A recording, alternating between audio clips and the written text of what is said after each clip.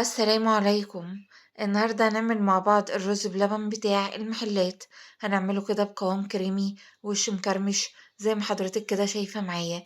هو من كيلو واحد بس من اللبن عمل معايا كمية أطباق جميلة جدا. وده شكل كده الرز بلبن من جوه. تعالوا مع بعض ندخل على طريقة التحضير بتاعتنا. بس ما ننساش لايك للفيديو واشتراك في القناة ومشاركة لكل حبايبنا. نسمي الله وندخل على وصفتنا النهاردة. في حلة معايا نزلت بنص كوباية من الرز المصري المغسول. أنا غسلته مرة واحدة بس عشان أتخلص من الأتربة، وعلشان كمان أستفيد من النشا الموجود في الرز. في الوقت ده كده نزلت عليه ب3 كوبايات من المَيّة. الكوباية اللي أنا استخدمتها هي اللي ساعتها 200 جرام، أيًا كان استخدمتِ الكوباية العادية أو الكوباية المعيارية. في الوقت ده كده هارفعهم على النار لحد الغليان، وبعد ما يغلي كده هادّي له تقليبة، وهابدأ كده إن أنا أغطّي الحلة وأسيبه معايا يكمّل تسوية على نار عالية. في الوقت ده كده هاغطّي الحلة وهاسيبه معايا مش هياخد كده دقايق هيكون معايا جاهز. في الوقت ده كده أنا معايا كيلو من اللبن أو الحليب. الحليب كامل الدسم. في الوقت ده كده مش هيفرق معانا أبدًا إن كان اللبن اتغلى قبل كده أو ما اتغلاش. في الوقت ده كده وبولة معايا نزلت بمعلقة كبيرة هرمية من النشا أو الcorn flour. نزلت كده بمعلقة واحدة بس، وطبعًا تكون هرمية كده معانا علشان تدّي برضه قوام جميل جدًا للرز باللبن. وفي الوقت ده كده بدأت إن أنا أنزل عليه ب2 معلقة كبيرة من بودرة الكريم شانتيه. وطبعًا تقدري تنزلي بيها دلوقتي أو حتى تنزلي بيها في الحلة على طول لمّا كده تيجي تضيفي اللبن على الرز. في الوقت ده كده بدأت إن أنا أدوّب النشا مع الكريم شانتيه، ومع كمان شوية من الحليب. الحليب اللي إحنا هنستخدمه في الوصفة اللي هو كيلو من الحليب، هاخد منه شوية بس. وفي الوقت ده كده بدأت إن أنا أقلّب كده المكونات كلّها مع بعضها، وقبل الاستخدام برضه هابدأ إن أنا أقلّبها علشان طبعًا النشا ما يتكتّلش كده في قاع البولة. في الوقت ده كده هابدأ كده إن أنا أكشف كده على الرز ونشوف كده معايا الرز. الرز معايا كده استوى وبقى معايا زي الفل، وده بيكون شكله معايا. ولو سويناه أكتر من كده الرز معانا بيلزق كده في قاع الحلة. وفي الوقت ده كده هابدأ كده إن أنا أضيف اللبن. هاضيف اللبن كده بتاعي في الوقت ده، وهابدأ كده إن أنا أقلّب الرز مع اللبن. ضِفت كده اللبن بتاعي وبدأت إن أنا أقلّب كويس جدًا، علشان طبعًا الرز يندمج كده مع اللبن. وأفكّرِك في الوقت ده النار معايا أنا علّيتها. في الوقت ده كده بدأت إن أنا أقلّب كده الرز مع اللبن بالشكل اللي حضراتكم شايفينه معايا ده. وطبعًا هننزل بإضافة وهي باكت من الفانيليا. الفانيليا بتدّي ريحة جميلة جدًا للرز باللبن. وهانزل كمان إضافة ونقدر كمان نستغنى عنها لو مش موجودة عندنا. هانزل كمان ب2 معلقة كبيرة من القشطة، اللي هي أيًا كان قشطة من وش اللبن موجودة عندِك أو حتى قشطة مُعلبة. وطبعًا تقدري إن أنتِ تستغني عن القشطة لو اللبن معاكِ دسم كفاية، ممكن تستغني عن القشطة وتستغني عنها وما تحطيهاش أبدًا. بس أنا حطيتها كده بتخلّي كده بتدّي دسم كده للرز باللبن وبتدّي له طعم جميل. فالوقت ده كده بدأت إن أنا أقلّب كده القشطة مع خليط الرز واللبن. ونزلت كمان عليه بنُص كوباية من السكر.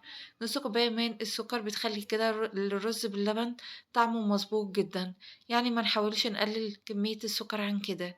في الوقت ده كده بدأت إن أنا أقلّب كده الرز باللبن لحد كده ما السكر يدوب وأي بواقي كده من القشطة تبدأ إن هي تدوب معايا. بدأ كده الخليط معايا يغلي، بدأت إن أنا أنزل كده بخليط النشا وكمان 2 معلقة كريم شانتيه. أنا مش عايزة الخليط يتقل أبدًا معايا، أنا عايزاه كده برضه يبقى لسه فيه لبن. هدّيت النار في الوقت ده وسِبته كده معايا حوالي من 3 ل4 دقايق على النار مع التقليب. وبعد كده طفيت عنه وكده يبقى الرز بلبن بتاعي زي الفل. علشان طبعًا الوش يكرمش معانا، لو زوّدنا فترة التسوية عن كده الوش مش هيكرمش أبدًا معايا. يبقى طبعًا إيه اللي بيخلّي الرز بلبن بتاعنا وشه كرمش مش القشطة ولا حتى كمان الكريم شانتيه، هو اللي بيخلّيه إن يبقى فيه كده نسبة لبن زي ما حضرتِك كده شايفة معايا. مش يبقى ماسك يعني بيبقى تقيل جدًا في الحلة لأ أبدًا. بيبقى كده معايا لسه برضه فيه كمية لبن بالشكل اللي حضرتِك شايفاه معايا ده. بدأت إن أنا أعبّي في الأطباق اللي حضرتِك شايفاها معايا دي. تقدري تعبّي في كاسات أو حتى في أطباق من اللي ليها غطيان، هتبقى برضه جميلة جدًا.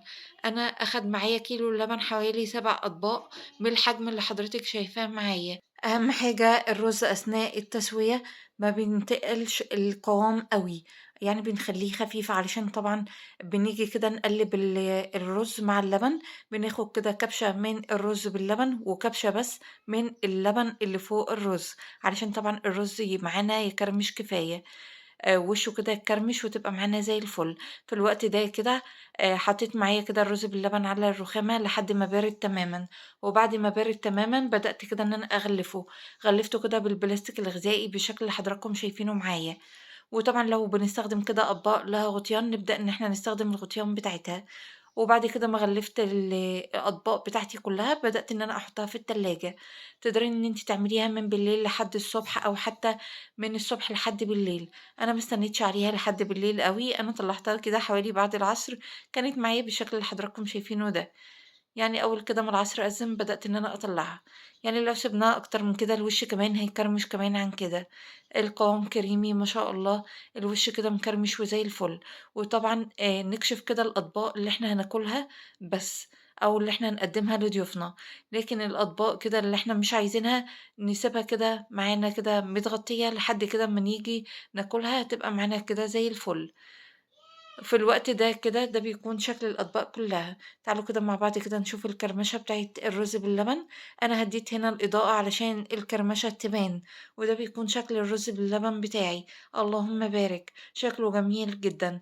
وزي ما قُلنا كده النصايح اللي قُلناها طبعًا خلال الفيديو، وأهم نصيحة معاكِ إن الرز ما يتقلش معاكِ زيادة عن اللزوم أثناء التسوية، يعني يتقل شوية صغيّرين جدًا ويكون فيه نسبة لبن. أتمنى لو عجبِك الفيديو ما تنسيش تعملي لايك وتعملي اشتراك في القناة، وتسيبي لي رأيِك في التعليقات. وفي نهاية الفيديو أستودعكم الله الذي لا تضيع ودائعه. السلام عليكم.